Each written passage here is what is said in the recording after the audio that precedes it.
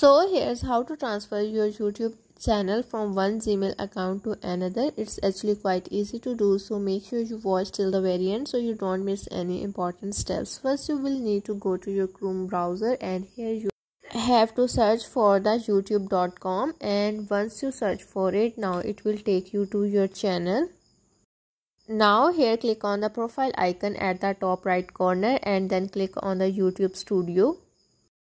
Once you click on it, now it will take you to your YouTube Studio. After that, at this page you have to click on the gear icon at the bottom left corner, and once you click on it, now it will open this page. Now here click on the invite option at the top, and once you click on it, now here you have to enter the email address. Once you have entered the email address, now you have to select the role.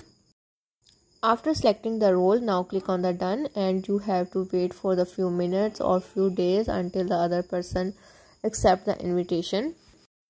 If you are giving access to yourself via another account, just you have to go to your Gmail account and then you have to open the email and then click on the accept invitation.